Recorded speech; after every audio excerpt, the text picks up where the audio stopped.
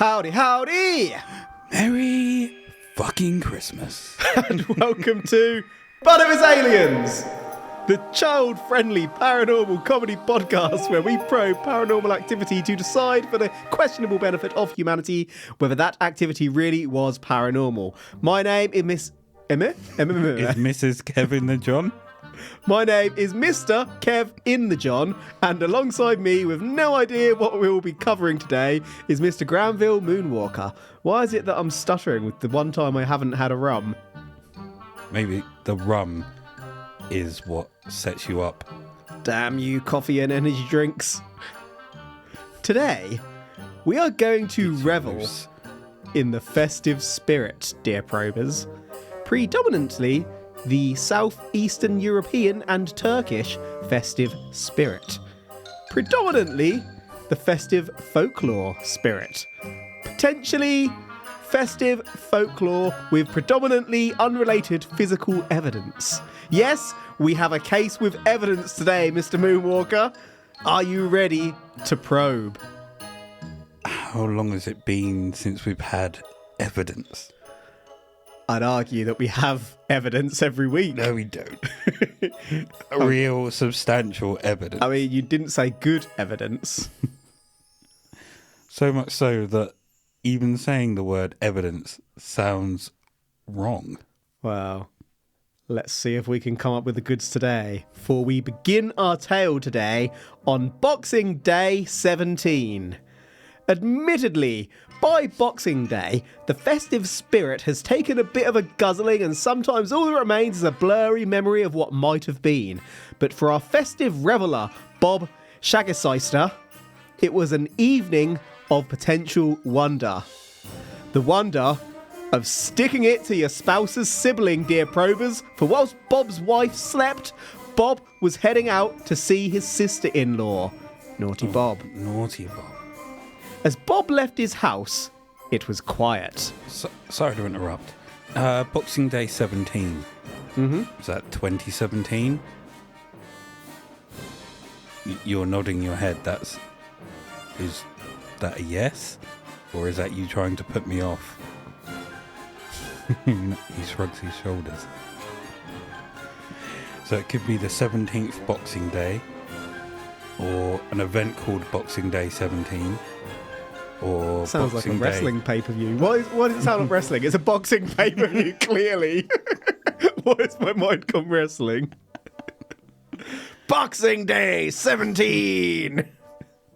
As Bob left his house, it was quiet. The kind of quiet where you get the feeling that you're being watched. As Bob walked along the road past all the houses, he could have sworn that he heard the sound of footsteps. Light footsteps. Bob turned and swore he saw a glimmer of light reflecting a glass window, but he couldn't see any movement behind him, so Bob kept on going.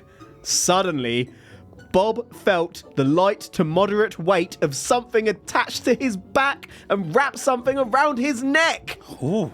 As Bob, struggling, looked down, he saw that these were arms wrapped around him. Not just arms, but legs too. Bob was being rodeoed, giving a non-consensual piggyback.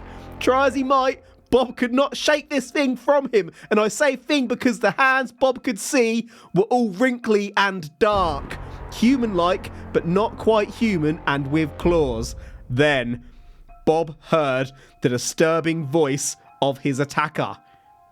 Take me to the shops.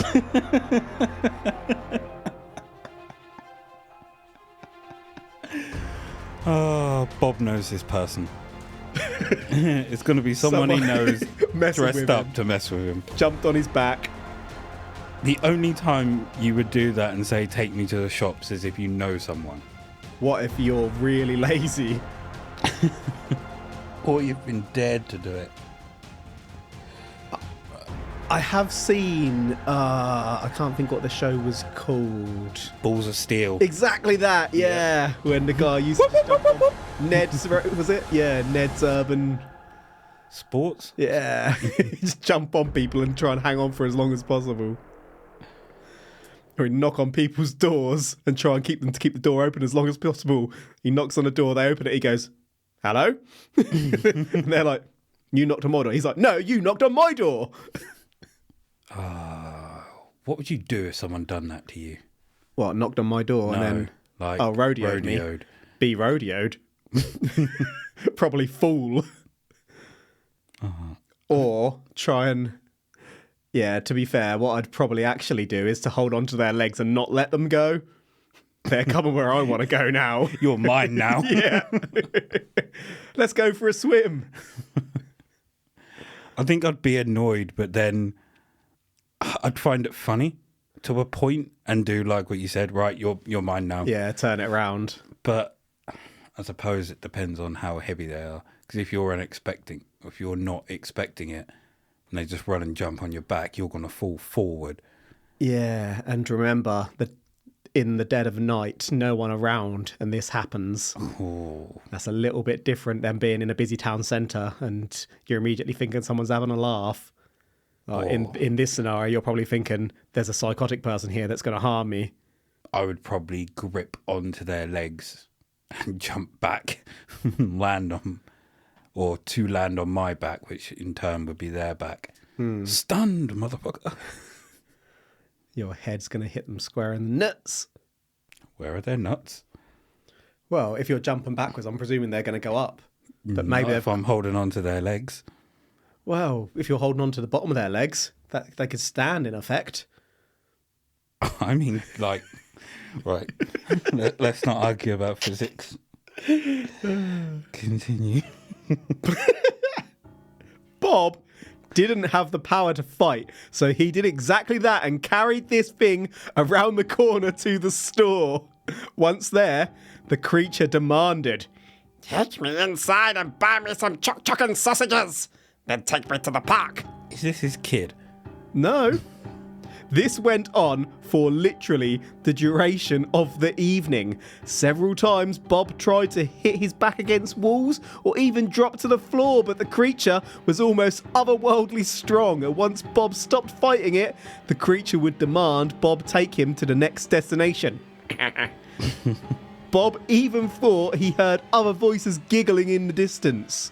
When daylight began breaking, it was only then that with not even a goodbye or thank you, the creature hopped off and was gone. Bob spun around but didn't see a thing. What I've just relayed to you is a dramatisation of an allegedly truthful account of an attack by the Kallikantzaros, otherwise known as the Christmas Goblins. Little creatures who appear to cause mischief and demand to be carried around all night. We'll get into the specifics shortly, but just take stock of what we've just covered. This activity does indeed mean that, in particular, the Christmas Goblins punish adulterers, because it was these folks, these adulterers, who most frequently snuck out at night. The Goblins may have had a bit of a thing for these folks, though, because they would also lash adulterers with a stick. Did I say 2017 earlier? My bad if I misled you, but I said 17, as in 017. Before Common Era. These things have been around forever. Forever. Take me to the store. What would happen if the person didn't do as they said? Maybe they get the stick. Right, they're like, take me to the store. Do you know what? I couldn't find an account of that happening. I couldn't find many accounts in general, to be honest, but there's none of that. Take me to the store. Fuck off. Ah, I don't know what to do now. where should we go then? Please take me to the store. I'm not getting off. You gotta take me somewhere. Where should we go? You got a girlfriend? Huh? If these things were or have been around forever, do we have any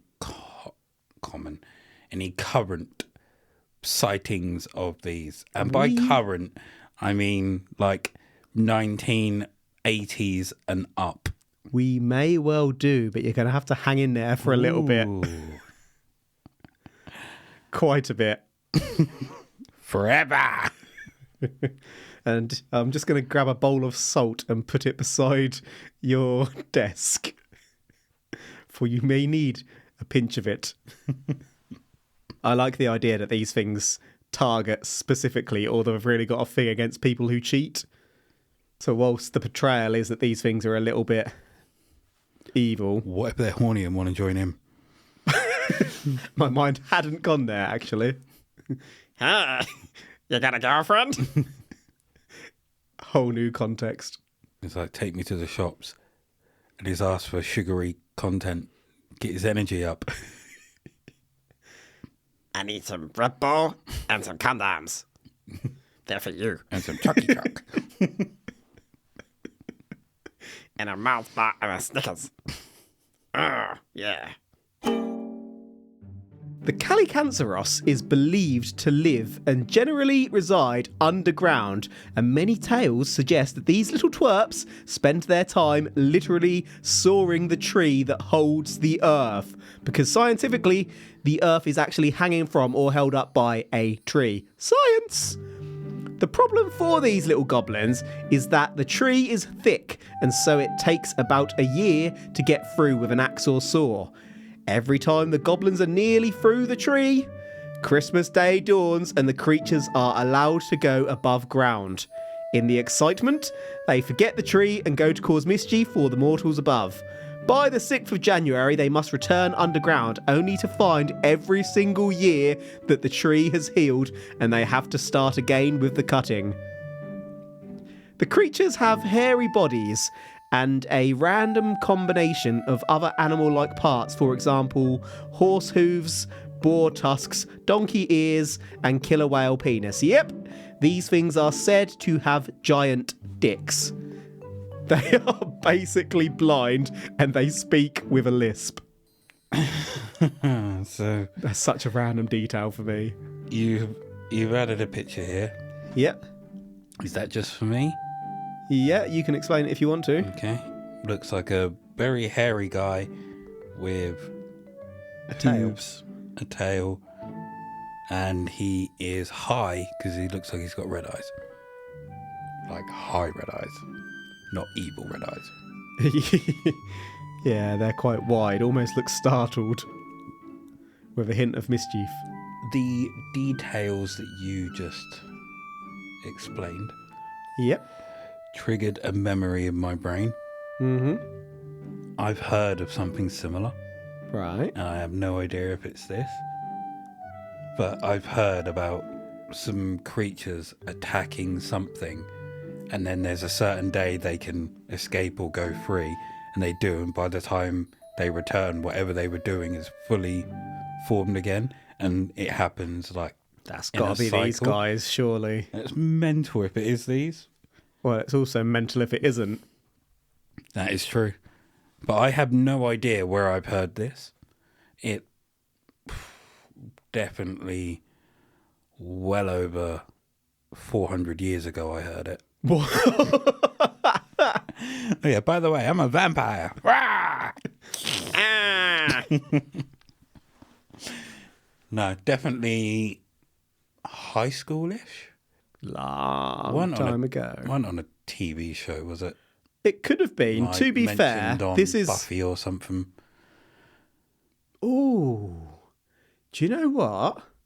That does ring a bell. And I was just going to make the point that when you're a form of media entertainment, once you've done a Christmas special on Santa Krampus, you're starting to run a bit thin on topics there.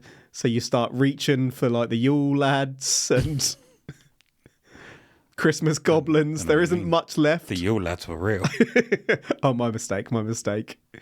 So it's a good chance you could have heard this on anything you listened to for a Christmas special after like 2 years. Good point. The main Giant issue... dick and a lisp. The main issues caused by these little goblin pricks is pissing on your flower beds, pushing things over, breaking furniture, and spoiling our food.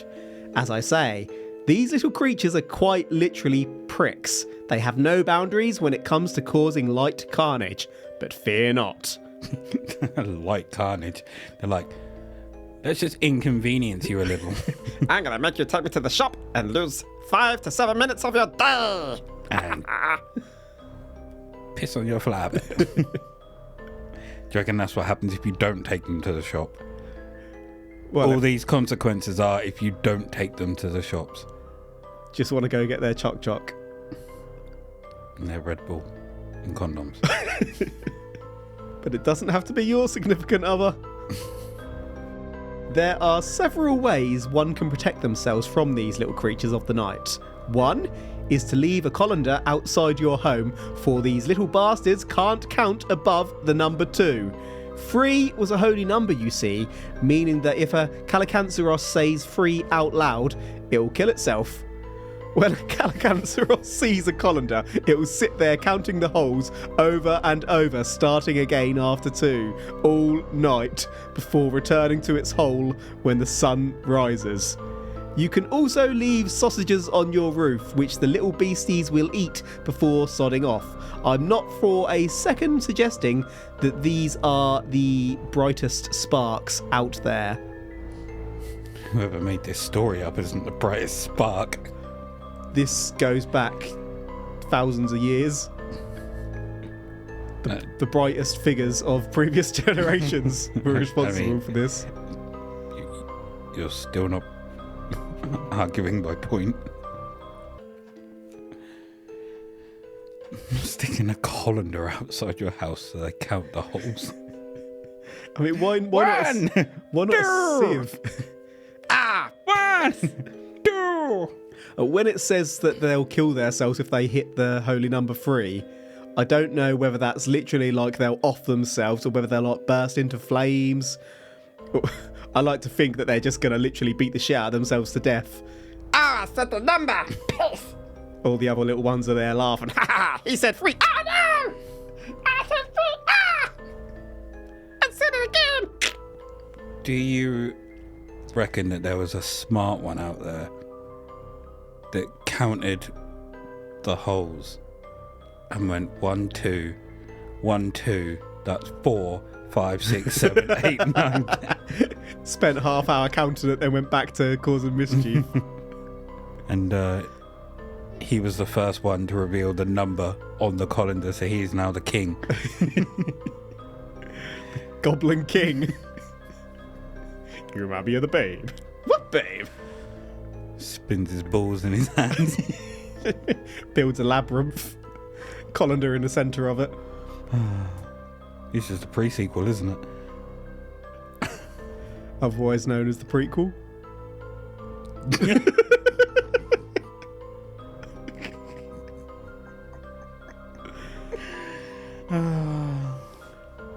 Shut up. All the other little goblins are watching that one count. 2 plus 2 equals 4. 5, 6. Let's do what he did. 1, 2, 3.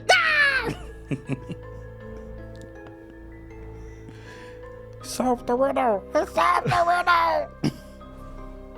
The riddle of the colander. The colander's now his crown. How did the Kallikantzaros come to be, I hear you ask? Well, How did the Kallikantzaros come to be? I hear you ask. Well, any child born on those 12 days of Christmas has a chance of turning into a Kallikantzaros during the festive season as an adult. There'll be no sign throughout childhood, but one random festive period as an adult, the infliction would just strike similar to how people become werewolves. Boom, hairy. Boom, lisp. Boom, super dick. The only ways to prevent this from taking place in adulthood were to toss garlic on the baby or to singe the baby's toenails by holding a candle by them. If you didn't address it in childhood, the change would take place sooner or later. For some reason, whilst not becoming one, those born on a Saturday are able to speak to the Kallikantzaros. I'm not sure you can talk them down from an attack, but at least you can communicate. Hey, maybe you could negotiate with them. I love the day. I love the day. I love the fact that you put the days that we were actually born. I researched just to check if we could speak to these things. Sadly, neither of us can. What if there's a different creature you can talk to for every single day of the week that you're born on? I would love to know which one it is. It's probably going to be some stupid little thing like a goldfish. To be fair, that's probably more use than being able to talk to a Christmas goblin that only comes out for 12 days a year. Yeah, but you can get it to be a little prick for 12 days of the year. You could get all the goldfish to band together and become the one fish.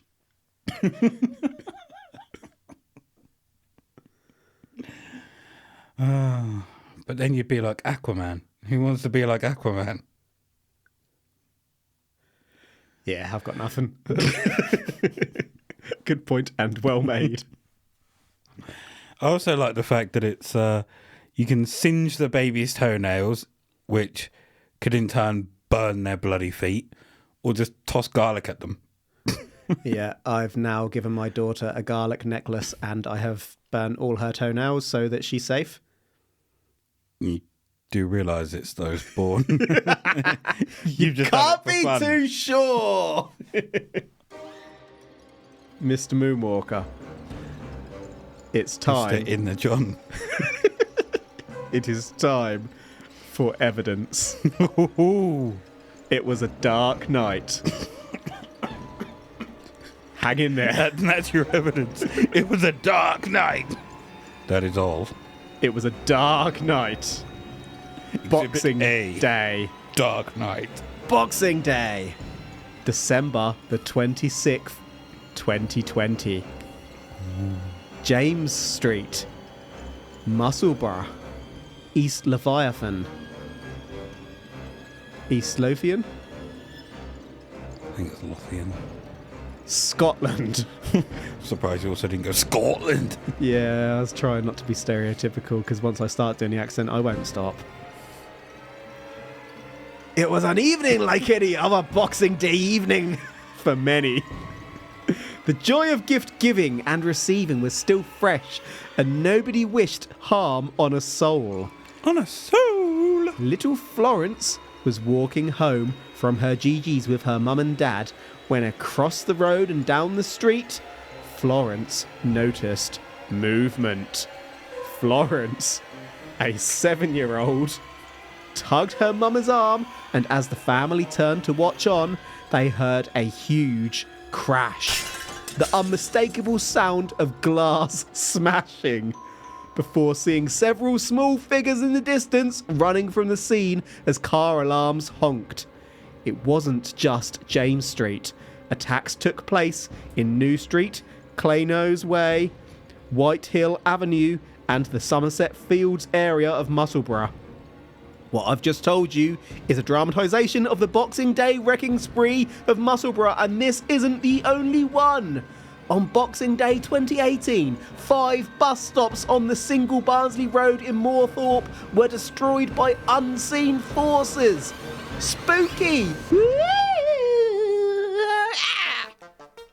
A quick flick of Google highlights that there have been festive vandalisation sprees dating back as far as the internet, and on many occasions, the culprits were not found. Why could that be, Granville?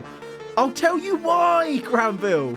It's because these vandals could be pissing goblins, Granville. Full disclosure, some of these folks were caught on CCTV, and admittedly they may have mostly been drunk and disorderly humans in need of a few nights in the slammer, but they could have been goblins, Granville!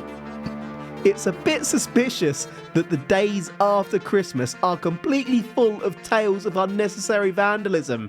It's the time of year people are supposed to be pleasant. What's going on? We know from past experience what people are like at this time of year once they've had several beverages. It's funny that you say that. And I was going to say, Like when they started popping up 2017, 2018 and so on. Yep. Was it a thing that caught on? Like I personally don't know if this is a thing in Detroit, but in the film The Crow they had Devil's Night. Devil's Night. Where like it was literally carnage for an entire night. Like The Purge. And I wonder if this had caught on similar, and it was one day of the year and at just a random location, just some random shit would happen. Like a group of 6 or 7 people would do it, and they'd I wouldn't say tell some friends, but maybe a secret internet group. Dating all the way back to 2017. No. Remember Paint the Town Red, where that phrase came from? Yes. Yeah. Maybe it's been going on since that time. Maybe it has. Maybe Goblins. Goblins. Kevin. As an aside, it was about hearing a research where I suddenly thought, goblin mode, that's a sex thing, isn't it? Apparently it's not. I've never heard of that in my life. You never heard like goblin mode? No. I'm going goblin mode. Yeah, no. No. It's really not a sex thing. Would you like to elaborate? It's like What where that means to you? Gobble. No, it's I don't know how best to explain it. Like where you lounge around in your tracksuit and you're like, that's awesome. Goblin mode, son. Never heard of that in my life. Yeah, it was like a rage. It's like a hashtag on the internet like a year or so ago. I think it's that long ago, but I never looked into it being Clearly one who doesn't come across really, my algorithms. Yeah, well, I don't really use much of anything. But Much in of, researching, but some of. but researching this Hashtag one, goblin mode. I was like, I wonder if I can put in a joke about goblin mode. Not what I thought it was. So next time you say I'm going goblin mode on that ass, Which I will never say. say it all the time. I've never said. Says it every night. I'm going goblin mode. I wonder if a certain person knows about that term. High voltage.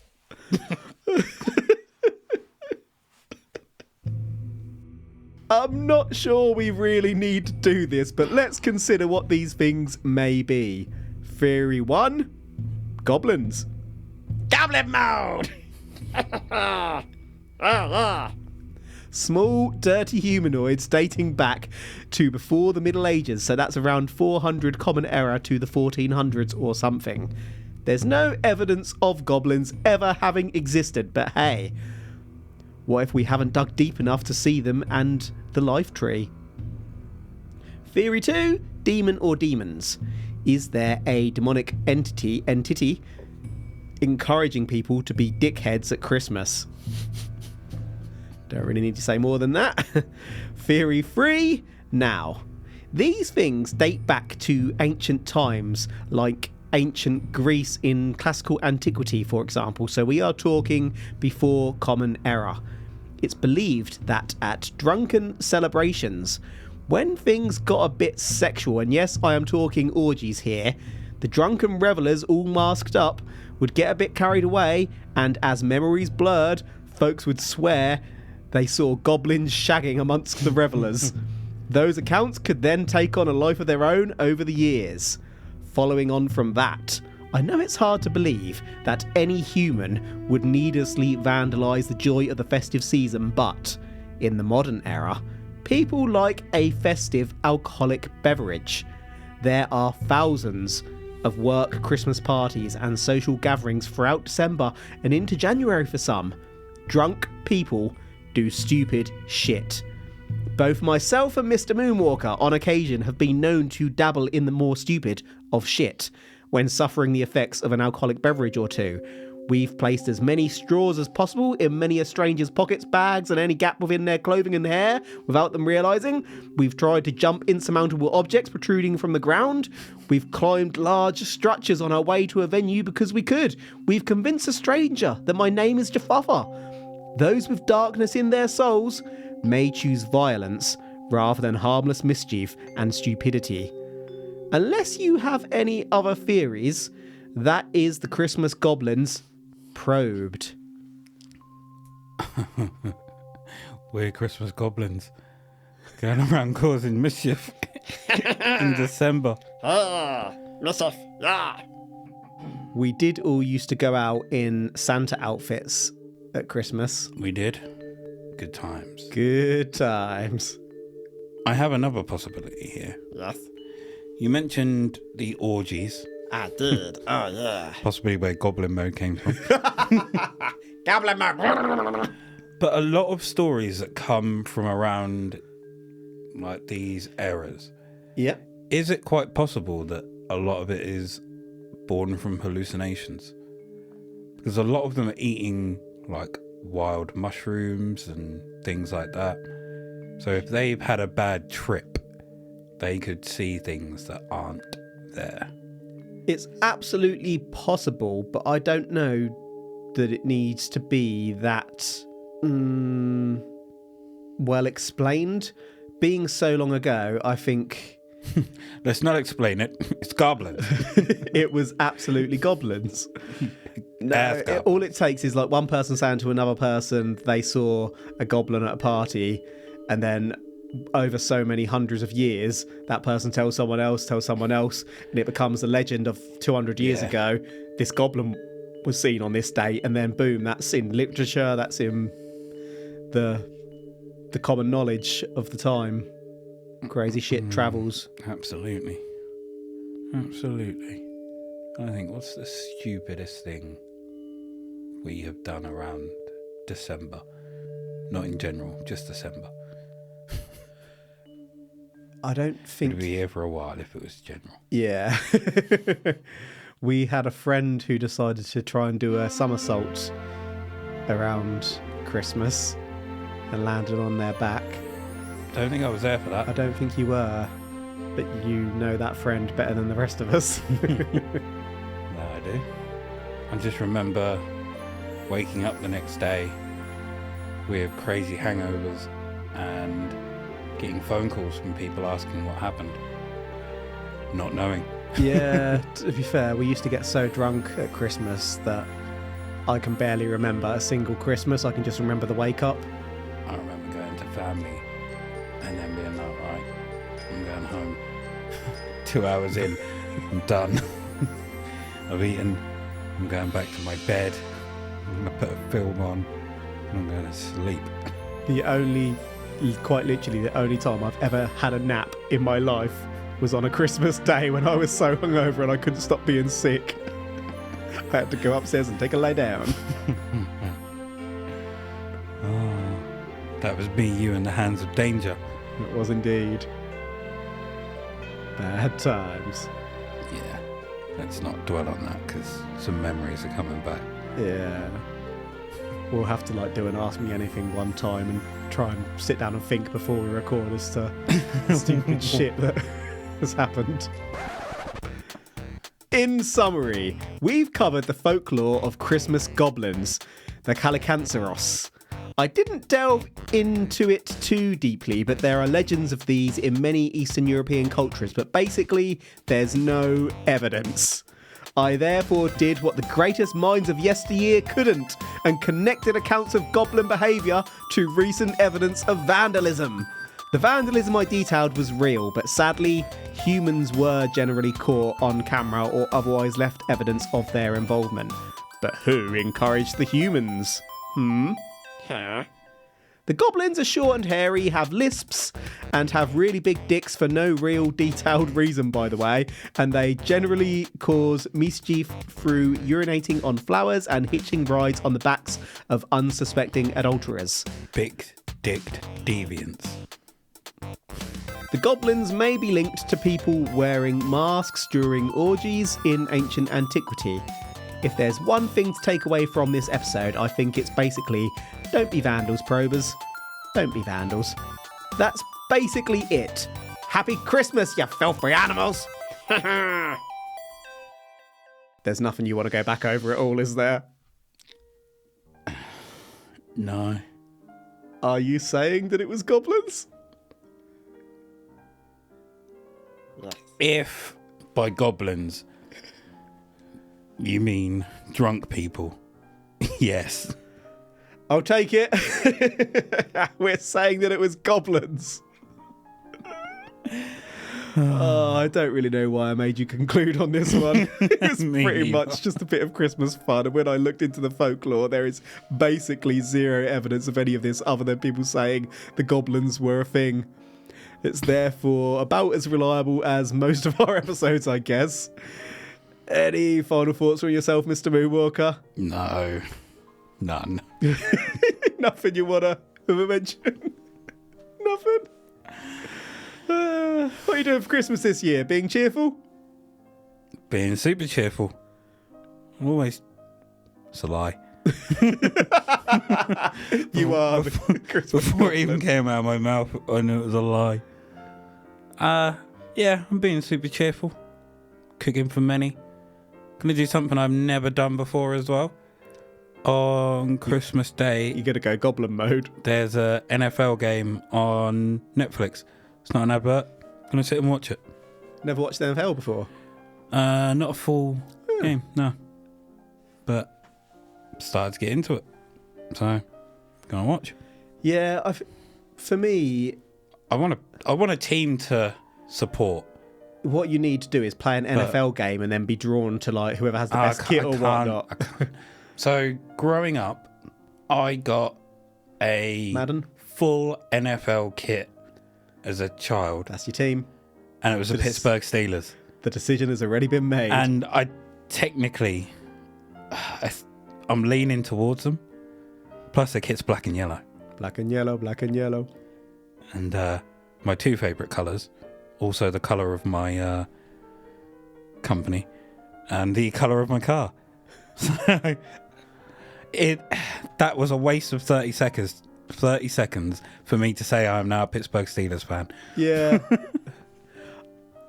I tried NFL, and I think I've not watched it for quite a few years. People used to watch when I was at uni quite a lot.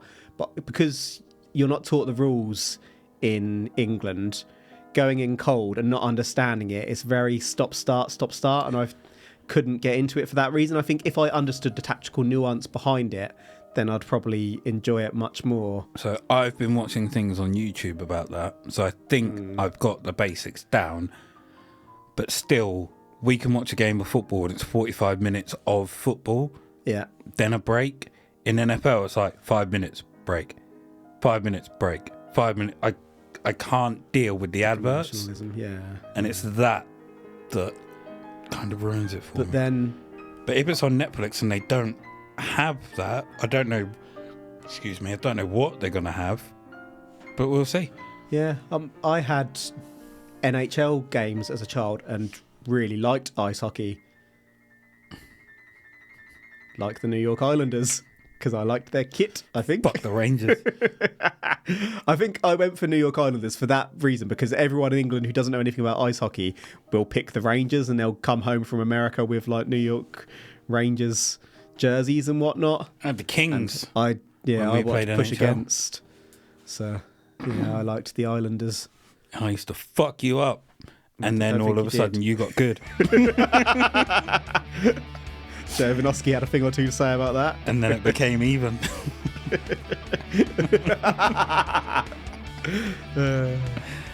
There's something great about being able to fight in a game that isn't about fighting. Mm-hmm. Look at me, Gretzky bleed. Did you say what you were doing for Christmas? Like, just watching NFL? Yeah. Yeah. And cooking for family. Because the heads of my family have decided they're going to F off to Barbados for Christmas. Which leaves me to be the head of the... You're a new chief in town.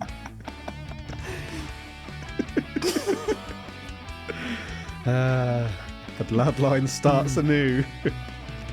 So yeah, it's Your mum is going to come back and challenge you. she's gonna lose. I love you, Solo! So yeah, no, just cooking dinner for family and chilling out, and then going to my other half's family on Boxing Day. You know, standard. Yeah. And then back to work. Yeah, I'm back on the 27th as well. How about you? Oh, I've got a baby now, haven't I? So it's all about the babe. It's all about the babe. What babe? The babe with the pa. It's all about the babe. Yeah.